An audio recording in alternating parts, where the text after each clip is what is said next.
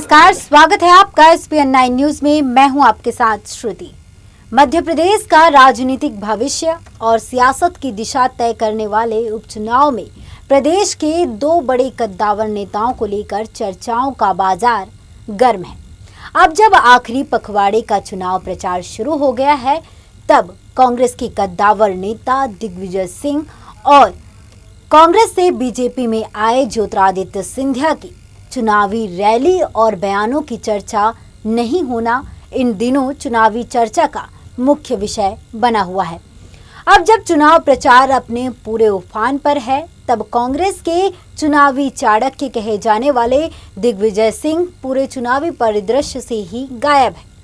वहीं दूसरी ओर पिछले 8 महीने से जिन ज्योतिरादित्य सिंधिया के चारों ओर प्रदेश की पूरी सियासत घूम रही थी, वह अब अपनी ही पार्टी के चुनावी कैंपेन से अलग थलग नजर आ रहे हैं।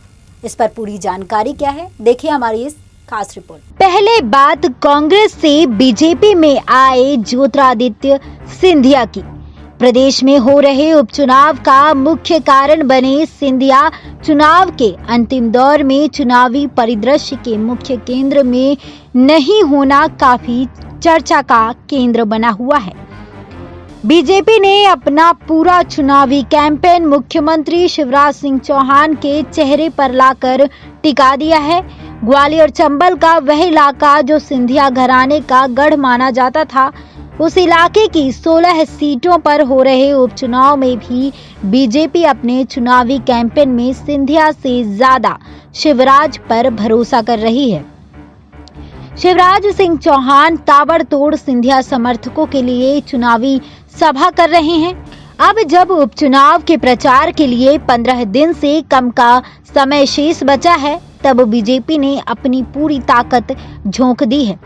अगले 15 दिन में बीजेपी मुख्यमंत्री शिवराज सिंह चौहान की 90 चुनावी रैली कराने की तैयारी में है।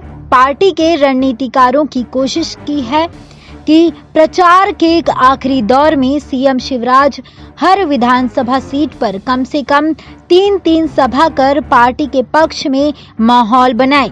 ऐसे में यह सवाल उठना लाजमी है कि आखिर क्यों ज्योतिरादित्य सिंधिया अपने गढ़ में ही बीजेपी के चुनावी कैंपेन का चेहरा नहीं बन पा रहे हैं।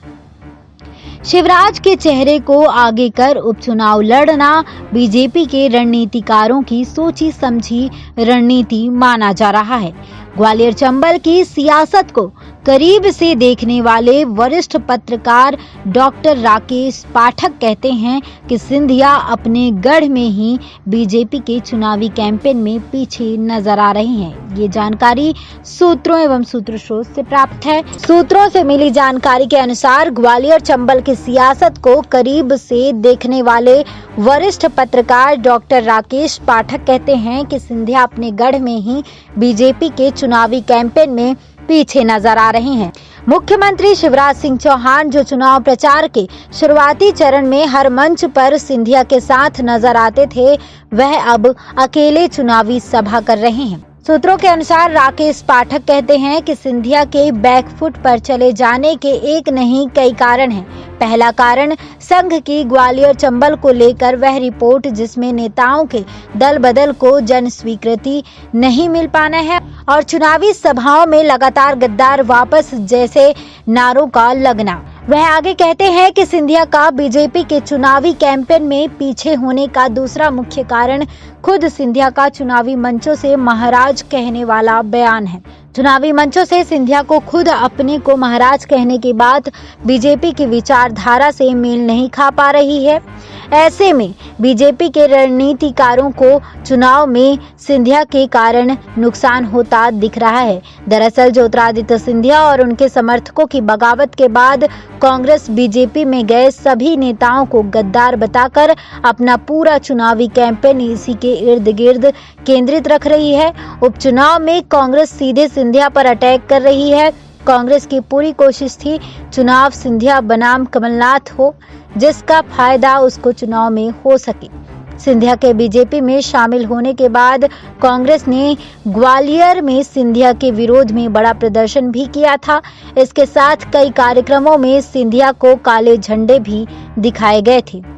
दूसरी ओर मध्य प्रदेश की सियासत में कांग्रेस के कद्दावर नेता दिग्विजय सिंह भी चुनावी परिदृश्य से पूरी तरह गायब हैं। अब जब उपचुनाव के लिए आधा समय निकल चुका है, तब दिग्विजय का चुनावी रैली नहीं करना काफी चर्चा के केंद्र में है। दिग्विजय सिंह के सक्रिय नहीं होने पर लगातार बीजेपी नेता उन पर तंज कस रहे हैं। प्रदेश के गृह मंत्री नरोत्तम मिश्रा उपचुनाव से दिग्विजय सिंह के सक्रिय नहीं होने पर लगातार बीजेपी नेता उन पर तंज कस रहे हैं। प्रदेश के गृह मंत्री नरोत्तम मिश्रा उपचुनाव से दिग्विजय सिंह की दूरी पर तंज कसते हुए उन्हें ट्विटर और सिर्फ मुंह चलाने वाले नेता बताते हैं। उपचुनाव में कमलनाथ अकेले चुनाव प्रचार कर रहे हैं। वहीं सूत्रों से मिली जानकारी के अनुसार वरिष्ठ पत्रकार शिव अनुराग पटेरिया कहते हैं कि दिग्विजय कांग्रेस के एक बड़े और कद्दावर नेता है और उपचुनाव में दिग्विजय का पर्दे के पीछे होना खुद उनकी एक रणनीति है। दरअसल आज भी दिग्विजय सिंह पर मिस्टर बंटाधार का जो लेबल है वह धुल नहीं पाया है। वह अच्छी तरह जानते हैं कि उनके चुनावी समर में सामने आते ही बीजेपी इसका फायदा उठाने की कोशिश करेगी। ऐसे में अब यह देखना दिलचस्प होगा कि जब आज से चुनाव प्रचार के 15 दिन बाकी बचे हैं, तब कांग्रेस के कद्दावर नेता दिग्विजय सिंह और कांग्रेस से बीजेपी में आए ज्योतिरादित्य सिंधिया कितना चुनावी मैदान में सक्रिय नजर आते हैं और इन नेताओं की चुनाव मैदान से दूरी चुनाव परिणाम पर कितना असर डालती है।